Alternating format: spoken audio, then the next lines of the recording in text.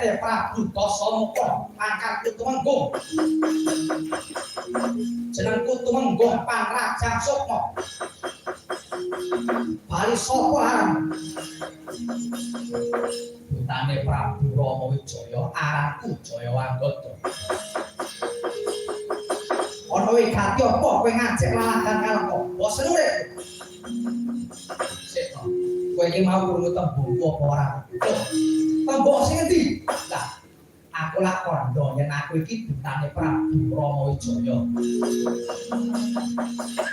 Sing jenenge buta kuwi ora kena dipanggongi dalane.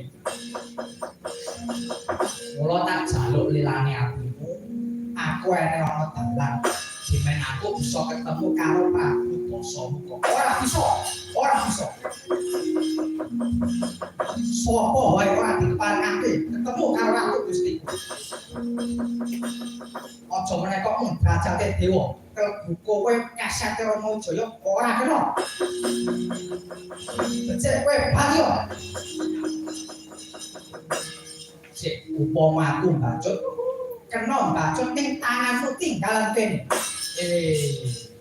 No. Ya. Tumenggung sapa mau? Panrajang Sukma. Oh ya, Tumenggung Panrajang Sukma. Sumurupa yen anggota trima mungsuh dapurmu, anggota ora wedi. Aja meneh kok mung trima dapurmu. Royokan wong sak alengka anggota ora bakal dikrek ulu salombo. Malah sugih kendel pondoan.